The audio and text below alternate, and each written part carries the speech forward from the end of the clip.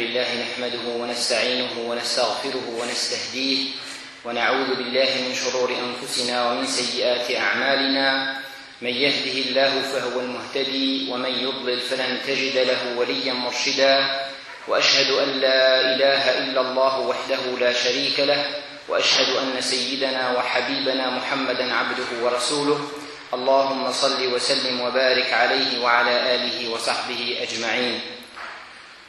L'association d'ouverture et ses membres sont heureux de vous accueillir tous pour cette conférence, Inch'Allah, qui va être suivie par 3 autres conférences pendant le mois de Ramadan. Donc chaque dimanche, Inch'Allah, à cette heure-ci, 14h30 jusqu'à 17h, il y aura une conférence sur un thème différent, Inch'Allah. Donc aujourd'hui, le thème, on va parler bi'idhnillah subhanahu wa ta'ala sur le jeûne, un aspect spirituel, l'aspect spirituel du jeûne, et aussi l'aspect juridique. Et avec la possibilité par la suite d'ouvrir le débat pour des questions-réponses, Inch'Allah. Ni moi ni mon frère Abdallah, nous sommes des savants, nous sommes des imams, mais pas des savants. Donc nous allons vous transmettre les avis des grands savants de l'islam concernant les questions que vous allez nous poser. S'il y a quelque chose que nous ne connaissons pas, nous allons vous dire qu'on ne sait pas et on s'arrête là, chacun doit s'arrêter là où sa science s'arrête. Donc sans tarder, je passe la parole à mon frère Abdallah Barwashdi pour vous parler de l'aspect spirituel du jeûne pendant une demi-heure, Inch'Allah. Après je reprends la parole pour parler de l'aspect juridique du jeûne pendant une demi-heure. Et on partagera ensemble, Inch'Allah, un débat, question-réponse, bi'idhnillah subhanahu wa ta'ala. Falyatafaddal mashkoura. Bismillah, walhamdulillah, wa la ilaha illallah, wa salatu wa salam ala rasulillah, wa ala alihi wa sahbihi wa man walah. أيها الإخوة المؤمنون أيتها الأخوات المؤمنات السلام عليكم ورحمة الله تعالى وبركاته وتقبل الله منا ومنكم صيامنا وقيامنا. Le prophète alayhi salatu wa salam avait pour habitude d'annoncer à ses compagnons l'arrivée du mois de Ramadan en ces termes: قد جاءكم رمضان شهر مبارك افترض الله عليكم صيامه تفتح فيه أبواب الجنة وتغلق فيه أبواب الجحيم وتغل فيه الشياطين فيه ليلة القدر خير من 1000 شهر من حرم خيرها فقد حرم. Le mois de Ramadan est arrivé, un mois béni qu'Allah vous a prescrit de jeûner, pendant lequel les portes du paradis sont ouvertes, les portes du feu fermées et les démons enchaînés. Il y a dans ce mois la nuit du destin. Elle est meilleure que 1000 mois. Quiconque est privé de son bien, il est véritablement privé. Mes chers frères, mes chères sœurs, que chacun d'entre nous loue et remercie Allah subhanahu wa ta'ala pour lui avoir donné une nouvelle fois l'occasion de jeûner ce mois sacré de Ramadan. Et à chaque fois que ce mois arrive, la même question revient. Pourquoi s'interdire de manger et de boire de l'aube au coucher du soleil, et ce pendant un mois? Il s'agit là d'une question non seulement légitime, mais aussi et surtout utile et nécessaire. En effet, pour que cette adoration, à savoir le jeûne, avec ses nobles objectifs, ne se transforme en une habitude sans sens, vidée de sa substance, il faut que le musulman et la musulmane se posent cette question et essaient d'y répondre. Car c'est dans cette question et dans sa réponse que se situe la différence entre celui qui jeûne en adoration et celui qui jeûne par habitude simplement. Je l'ai dit et je le redis, le pire ennemi des adorations, c'est l'habitude. Allah subhanahu wa ta'ala est plus miséricordieux envers ses serviteurs que la mère à l'égard de son enfant. Aussi, la souffrance de la faim et de la soif n'est certainement pas l'objectif d'Allah subhanahu wa ta'ala en nous imposant le jeûne. Ne dit-il pas à la fin des versets ordonnant as-siyam, yuridu Allahu bikum al-yusra wa la yuridu bikum al-usra. Allah veut pour vous la facilité, il ne veut pas pour vous la difficulté. La première motivation pour faire le jeûne est incontestablement l'obéissance. Nous jeûnons Ramadan parce qu'Allah nous a ordonné de le faire. Ya ayyuhalladhina amanu kutiba alaykumus siyamu kama kutiba ala alladhina min qablikum. Ô vous qui avez cru, on vous a prescrit à siyam comme on l'a prescrit à ceux avant vous, ainsi atteindrez-vous la piété. Le croyant et la croyante s'empressent à exécuter les injonctions d'Allah et de son messager. Allah subhanahu wa ta'ala dit وَمَا كَانَ لِمُؤْمِنٍ وَلَا مُؤْمِنَةٍ إِذَا قَضَى اللَّهُ وَرَسُولُهُ أَمْرًا أَنْ يَكُونَ لَهُمُ الْخِيَرَةُ مِنْ أَمْرِهِمْ وَمَنْ يَعْصِ اللَّهَ وَرَسُولَهُ فَقَدْ ضَلَّ ضَلَالًا مُبِينًا. Il n'appartient pas à un croyant ou à une croyante, une fois qu'Allah et son messager ont décidé d'une chose, d'avoir encore le choix dans leur façon d'agir. Et quiconque désobéit à Allah et à son messager s'est égaré, certes, d'un égarement évident. Voilà ce que dit Allah subhanahu wa ta'ala. Et cette règle est vraie pour le jeûne, comme elle l'est pour toute chose qu'Allah subhanahu wa ta'ala nous ordonne de faire ou de ne pas faire. Et j'ouvre une petite parenthèse, à chaque fois je le dis, lorsque vous entendez un verset de l'Coran al-Karim ou un hadith du prophète alayhi salatu wa salam, deux impératifs. Un, et il faut que vous soyez conscient que c'est Allah subhanahu wa ta'ala qui vous parle. Ce n'est pas un médecin, ce n'est pas un politologue, ce n'est pas un sociologue, ce n'est pas un psychologue, c'est Allah subhanahu wa ta'ala qui vous parle et sa parole est absolue. La vérité que contient la parole d'Allah subhanahu wa ta'ala est absolue. Elle ne tolère aucune discussion.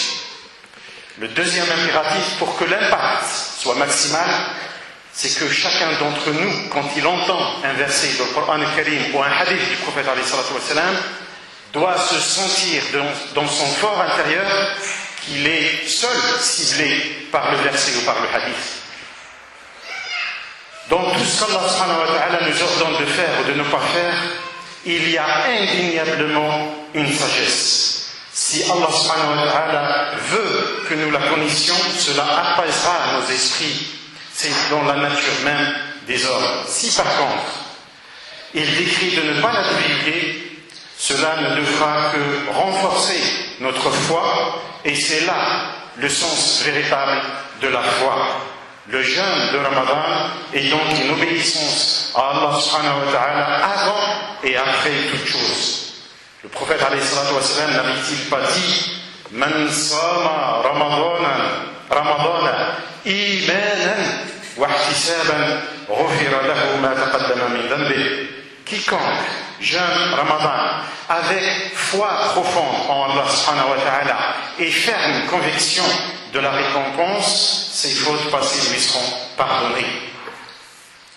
Par ailleurs, lorsqu'on regarde les adorations, as-salat, al-hajj, as-sawm, al-zakat, on s'aperçoit que certains nécessitent un effort physique, tel que la prière, d'autres un effort financier, tel que al-zakat, l'aumône obligatoire, d'autres les deux, tels que le pèlerinage. Certaines consistent à faire ce qu'on aimerait ne pas faire, telle la charité, d'autres à ne pas faire ce qu'on aimerait faire, tel le jeûne.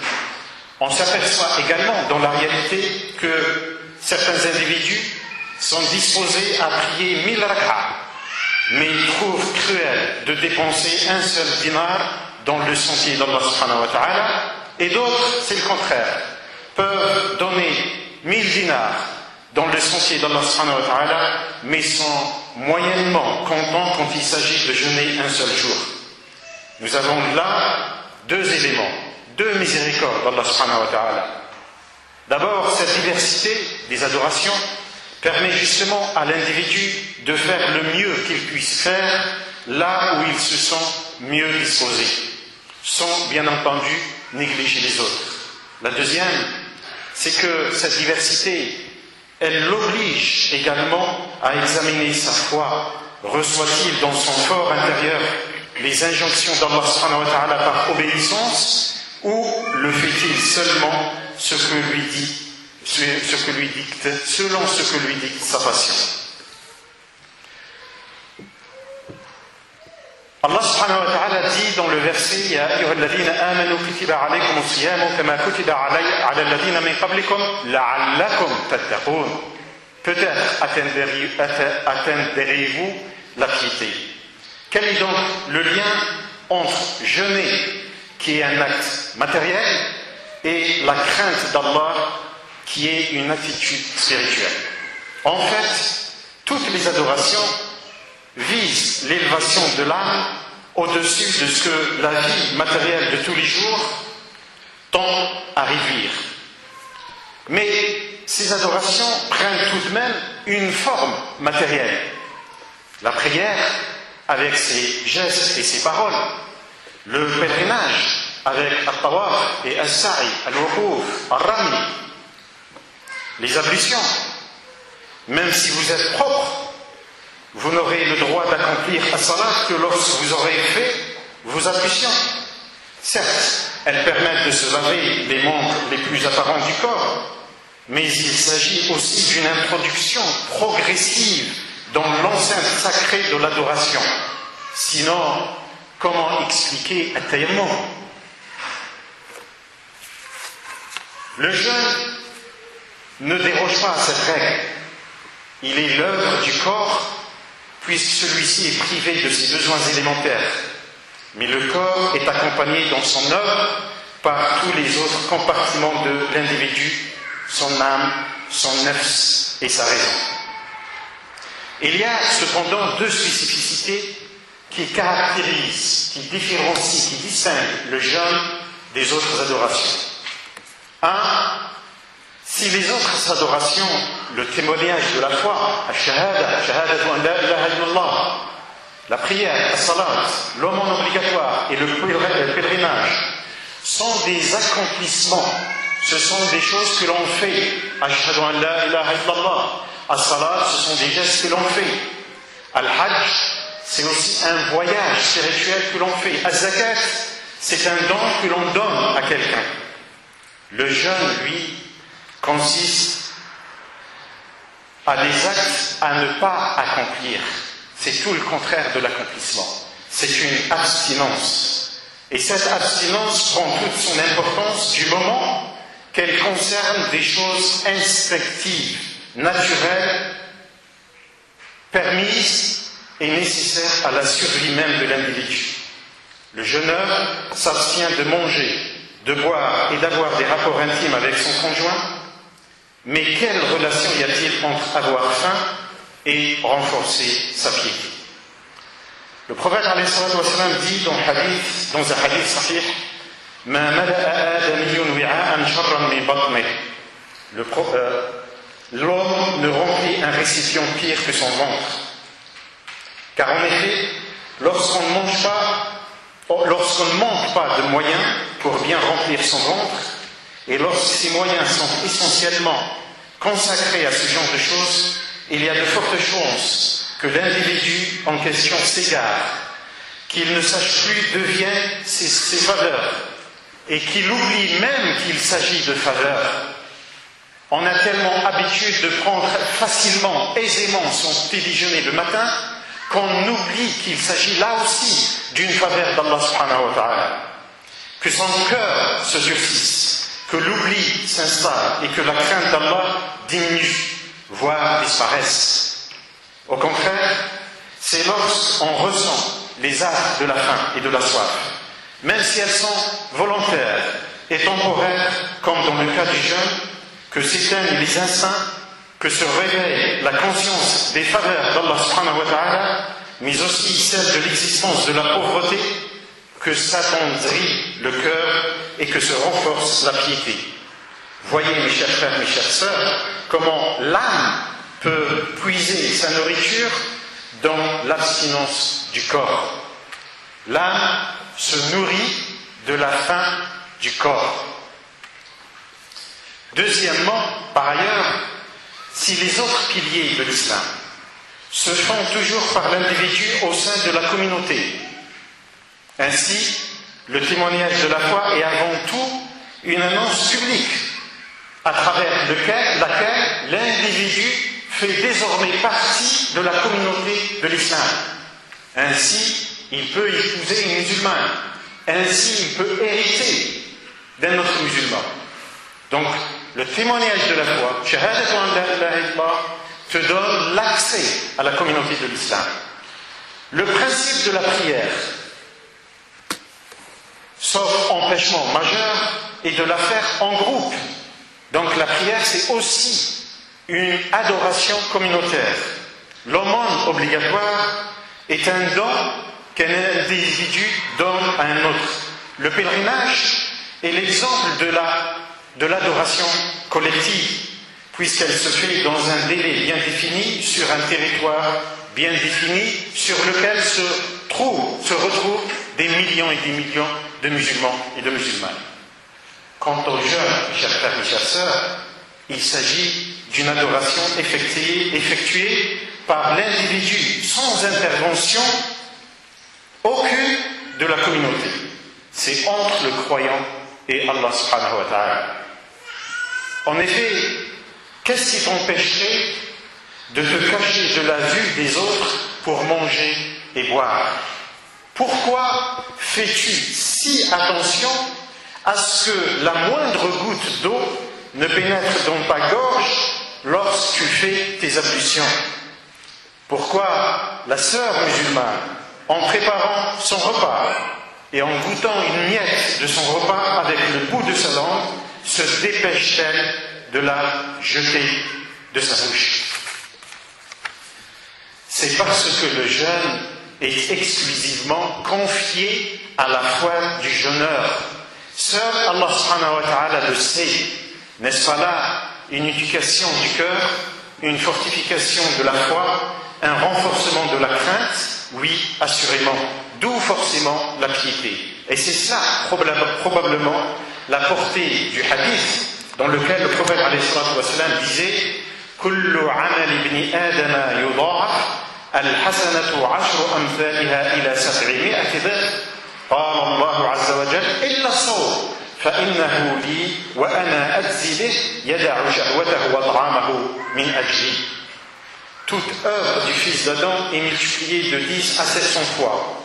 Allah dit, sauf le jeûne, il m'appartient, et moi seul en donne la récompense, le jeûneur délaisse son désir et sa nourriture pour moi.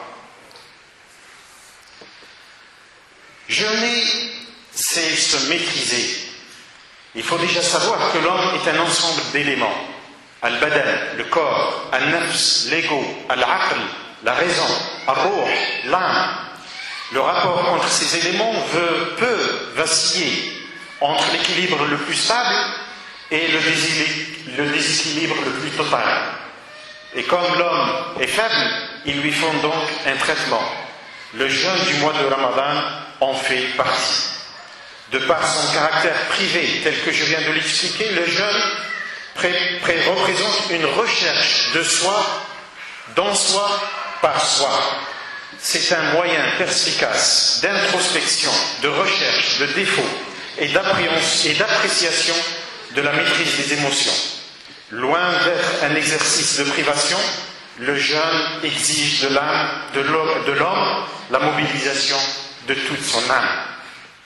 Alors, dans ce processus long d'un mois, la volonté de l'esprit se renforce. Nous restons mobilisés en permanence. Nous arrivons à contrôler nos émotions, colère, peur, envie, et à les confiner à leur rôle.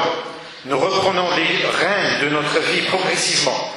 Les émotions et les instincts ne sont plus les vecteurs directeurs de nos actions. C'est un exercice de maîtrise, de rééquilibrage, de recentrage sur l'objectif de la vie, mais aussi de reprise de conscience vis-à-vis des choses les plus élémentaires dont on a tendance à oublier l'importance au fil de l'année et donc à oublier qu'il s'agit aussi des faveurs d'Allah subhanahu wa ta'ala. Vous avez certainement remarqué cette sensation agréable devant cette chose si élémentaire, le premier petit déjeuner le jour de l'Eid, tellement élémentaire qu'on a tendance à ne plus le classer parmi les bienfaits d'Allah. Il s'agit donc de régénérer chez le croyant cette logique de rappel, de reconnaissance, de gratitude et de remerciement envers Allah subhanahu wa ta'ala. Et croyez-moi, c'est beaucoup de choses. Après un long mois de jeûne et de privations diverses, beaucoup de gestes quotidiens que chacun faisait mécaniquement, ou des bienfaits que l'on prenait pour acquis comme un dû, prennent alors une consistance nouvelle. Jeûner, c'est se libérer. L'exercice spirituel que représente le jeûne doit démontrer à l'homme sa capacité de se priver pour un laps de temps de ce qui lui semble indispensable. Il doit lui révéler dans ce domaine, comme dans bien d'autres, que vouloir, c'est pouvoir, à condition que l'intention soit ferme et que le but recherché soit l'agrément et la satisfaction d'Allah subhanahu wa ta'ala. Il s'agit bel et bien d'une libération de l'homme par rapport à tout autre objet auquel il pourrait consciemment ou inconsciemment s'asservir. N'est-ce pas là la véritable liberté?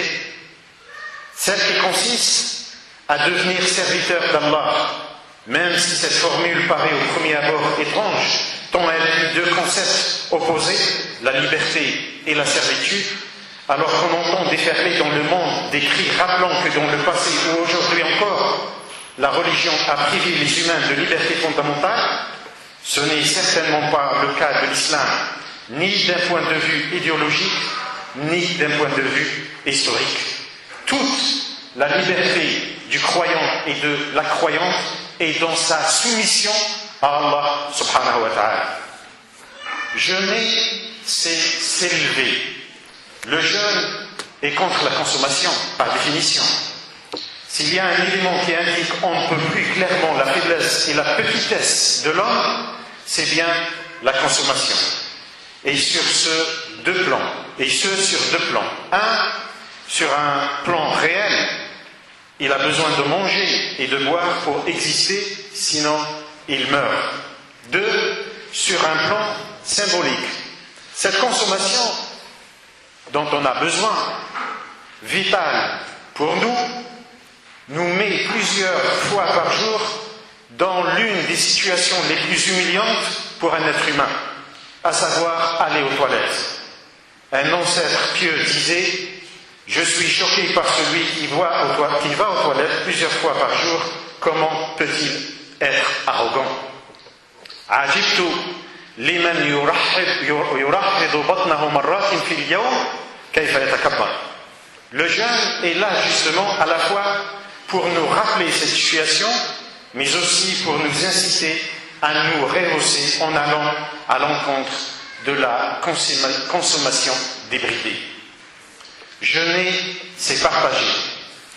Vous savez par exemple que Zakat al-Fitr a été institué par le prophète alayhi salatu wassalam pour rattraper les manques que notre jeûne peut subir pendant le mois de Ramadan.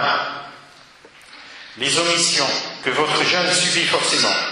Ce rôle ressemble à celui de Sujud al-Sahw. Sujud al-Sahw, la prosternation de l'oubli que l'on fait lorsqu'on oublie quelque chose dans la prière. Vous remarquerez une différence. Le rattrapage des manques dans la prière se fait par une autre forme de prière, en l'occurrence Sujud al-Sahw. Par contre, le rattrapage des manques dans le jeûne se fait par Sadaqa, Zakat al-Fitr. De même, celui ou celle qui ne peut jeûner pour cause de maladie incurable se doit de s'acquitter d'une compensation matérielle que l'on appelle fidya. au profit des pauvres et des nécessiteux. Tout ceci pour vous dire le rôle éminemment social de cette adoration. On peut se demander pourquoi le jeûne est imposé une fois par an, chaque jour de l'aube au coucher du soleil, et ce pendant un mois. Bien entendu, aucun texte, ni dans le Coran al-Karim, ni dans la sunna du prophète ne dit pourquoi. Nous pouvons interpréter cette sagesse divine de la manière suivante. Lorsque le médecin prescrit le traitement à son patient, il lui prescrit en fait deux choses. Le contenu du traitement lui-même, c'est-à-dire les médicaments appropriés, mais aussi leur quantité ou leur durée, c'est-à-dire la durée du traitement. 1 jour, 3 jours, 1 semaine, 1 mois, voire la vie entière.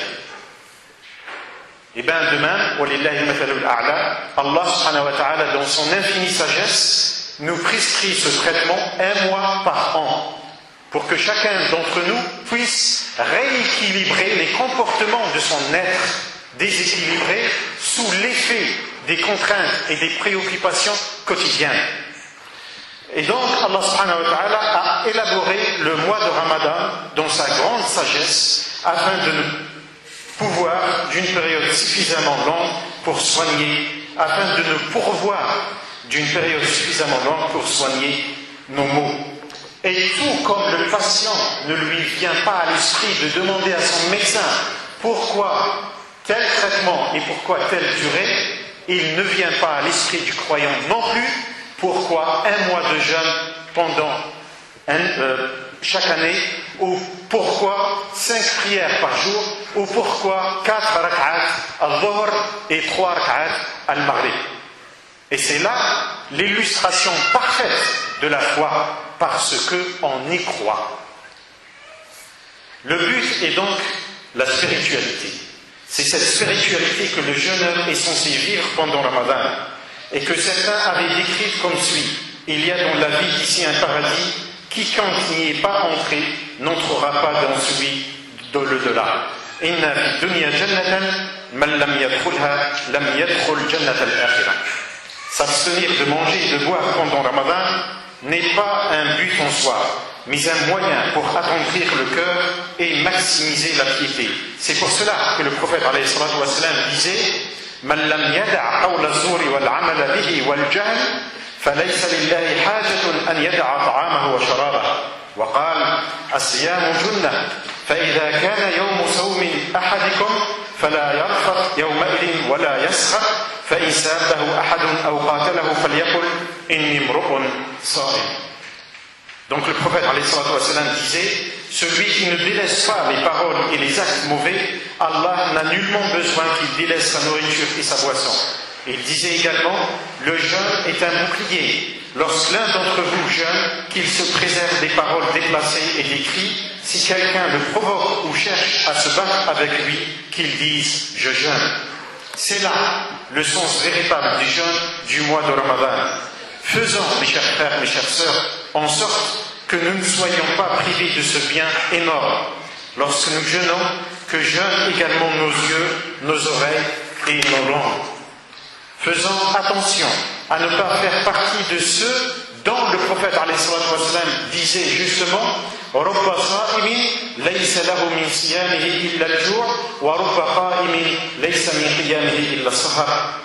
Faisons attention à ce que nous ne fassions pas partie de ceux dont le prophète alayhi salatu wa sallam disait: il y en a qui n'auront de leur jeûne que la faim et de leur prière nocturne que la veille.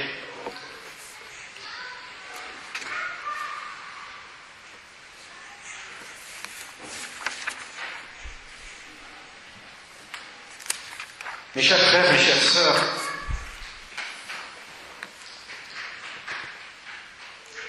je voudrais dire, pour conclure, 2 mots sur une situation à la fois absurde et triste que certains font subir au mois sacré de Ramadan. On peut grosso modo parler de 3 attitudes: la colère, le gaspillage et la perversion. La colère, souvent, nous constatons ce phénomène pendant le mois de Ramadan. Les gens se mettent en colère, certains, heureusement, pas tous, se mettent en colère facilement. Et si on veut les conseiller, leur réaction, c'est toujours accuser le mois de Ramadan. Je ne veux pas insister là-dessus. Le deuxième élément négatif que l'on constate pendant le mois de Ramadan, c'est le gaspillage en nourriture. C'est un phénomène que vous connaissez tous et toutes. Et là aussi, je ne vais pas insister sur ce deuxième point. Je voudrais simplement dire 3 ou 4 mots sur le troisième élément que je qualifie de la perversion du mois de Ramadan. Mes chers frères, mes chères sœurs, le mois de Ramadan, le jeûne du mois de Ramadan est une adoration, c'est-à-dire un acte cultuel à travers lequel nous nous soumettons à Allah subhanahu wa ta'ala et dans lequel nous essayons d'éviter tout ce qui met Allah subhanahu wa ta'ala en colère. Et nous essayons d'apprendre cette façon de faire le reste de l'année. Le mois de Ramadan est l'un des 5 piliers de l'islam. Le mois de Ramadan, ce n'est pas du folklore, ce n'est pas du patrimoine culturel. Nous constatons toutes les années, chaque mois de Ramadan, ici en France, mais aussi ailleurs, dans nos propres pays musulmans, le mois de Ramadan est considéré comme une période pendant laquelle on va à l'encontre même de l'esprit de Ramadan. Vous avez des manifestations soi-disant culturelles, de la musique, des chansons, de la danse, de la mixité, d'un comportement indécent. Et il nous présente ça comme étant du folklore musulman. Le mois de Ramadan, ce n'est pas du folklore. Le mois de Ramadan n'est pas fait pour danser et chanter. Le mois de Ramadan n'est pas fait pour commettre de tels comportements indécents, inadmissibles et inacceptables. Et il faut, le mois de Ramadan fait partie des choses sacrées. Et le caractère sacré du mois de Ramadan, chacun d'entre nous a le devoir et l'obligation de préserver le caractère sacré du mois de Ramadan. Les péchés sont interdits 365 jours par an, mais au mois de Ramadan, cette interdiction prend toute sa signification et prend toute son ampleur. Et chacun d'entre nous, chez lui, notamment, doit faire preuve de cette attitude. Il faut qu'il interdise aux siens, et c'est dans ses obligations de responsable de famille, de pervertir le mois de Ramadan. Le mois de Ramadan est là pour adorer Allah subhanahu wa ta'ala, pour adopter des attitudes spirituelles dont l'objectif est l'obtention de l'agrément et de la satisfaction d'Allah subhanahu wa ta'ala et nullement de le mettre en colère par des attitudes inacceptables et inadmissibles. أقول قولي هذا وأستغفر الله العظيم لي ولكم فاستغفروه تجدوه غفورا رحيما وبارك الله فيكم.